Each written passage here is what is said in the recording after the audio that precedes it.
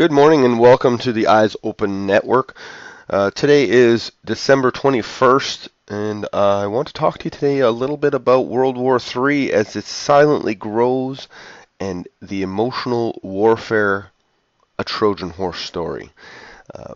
I touched on this yesterday when I was talking about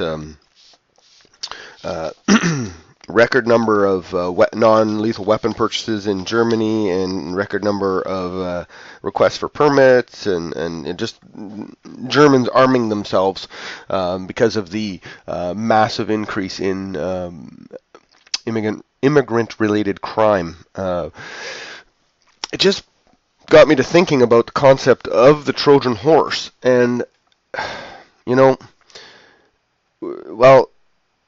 many people believe that World War III has not begun. Nothing could be further from the truth.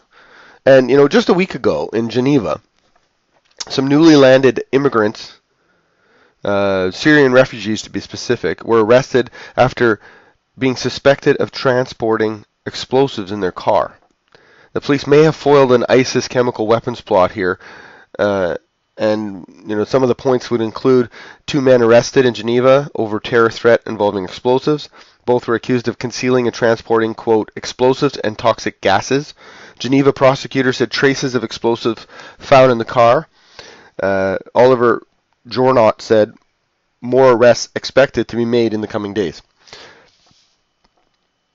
This just points out exactly what I'm talking about. Our Western disconnect to the concept of war and the 2 generations of Westerners that I believe live in this world of entitlement where they think everything should be given to them.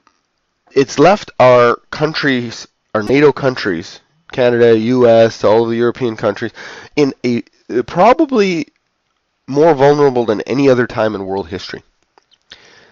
And who do I blame for that? Well, I blame the parents. For starters, that's just, you wanted a commentary on it, I'll give you a commentary on it. But, they've placed these children in a bubble, and this bubble is promising them things like they'll have a better life. Was their life so terrible as a parent? And how exactly do you intend on providing a better life when your children are not living in the same era that you did? So things are different. The world has changed. Essentially, parents are setting their kids up for failure. When it comes on a world scale, perhaps they're giving them tools to survive in the tiny little ecosystem that they've allowed them to live in. Perhaps they can survive there, but that's it. Let's take a World War III. Let's continue on the concept of World War III. It's happening. We've talked about this on Eyes Open Network before. You've heard it said by other news reports. When World War II and World War I began, nobody who just sat up in their armchair and thought, hey, World War II has just started. World War I has started. No, it was happening. The soldiers were going to war to fight, while everybody else was just at home, going to their jobs, doing their thing, going to the movies, going out for dinner, making dinner, watching TV, doing whatever it is that they do in their spare time. They just kept doing that. The soldiers went and did the fighting. It's not any different here. The soldiers are doing the fighting over there in the Middle East. But here's the danger. Because our NATO Western mindset to go and attack every country in the Middle East. Illegal invasions, by the way. If you take the time to think about it, that's a whole different video topic. Illegal invasions of these Middle Eastern countries in order to try and control the oil and money and everything else that's connected to the Middle East. It's just a battle of control over that. There are innocent people that want to get the heck out of there. All they want to do is get away from the war, get away from the daily bombings, to get away from everything that is imminently going to be the cause of their death if they don't actually make a choice to leave. So what does that do? I'll tell you what it does. It sets us up to be in a very, very scary place. This is where the brilliant story of the Trojan horse comes into play. The Trojan horse concept is one of military genius, whereby one group infiltrates another group using emotional warfare. And you're wondering, what is he talking about? What is emotional warfare? Nothing more than a gift, a gesture, an event, something designed to lower the guard of the enemy. Does this sound harshly familiar to you? Emotional warfare equals an event that taps into the emotion of the enemy in order to lower their guard. That's it. That is the rudimentary, basic concept of the Trojan horse. What do we have going on here? Refugees and immigrants in the millions at this point, fleeing Middle Eastern countries. Oh, I mean, not just Syria, but everywhere. Syria is really big right now because there's lots going on there. But in all those countries. So you have you have Muslims who are legitimately seeking to remove themselves from an imminent death situation from war.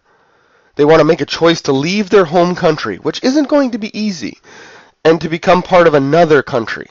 Now, I'm 100% in favor of the concept of people legitimately seeking asylum from their war-torn country in a free nation somewhere else in the world.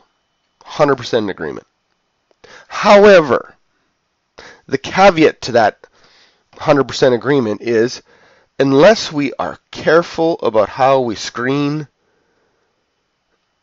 immigrants, refugees, whatever you want to call them, this emotional response to want to save these people, and when I use the phrase these people, I don't mean anything other than people coming from war-torn countries, when we want to, that emotional response to say, you know what, come to our country. It's safe here. It's quiet. There's no bombs going off every day.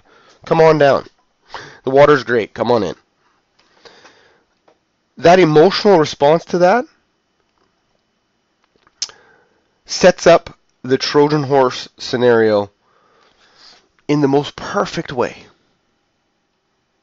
My emotional response to the events that are happening in the Middle East is to bring the people in. So extremists, these are off the reservation, out of their mind, extremists from whatever religion you want to talk about. It doesn't necessarily have to be Muslims. It could be anybody in the extreme situation who wants to spread terror throughout the world. They can infiltrate free nations. I 100% realize that not all Muslims are looking to destroy Western culture. But I'm not naive enough to think that the extremist Muslim that want to see the Western world and its NATO allies burned to the ground won't take advantage of this emotional response. The most dangerous weapon being used in World War III is quite simply the refugee crisis. It's a perfect storm of terrorists. It's a perfect storm for the terrorists, I should say, of all religious backgrounds.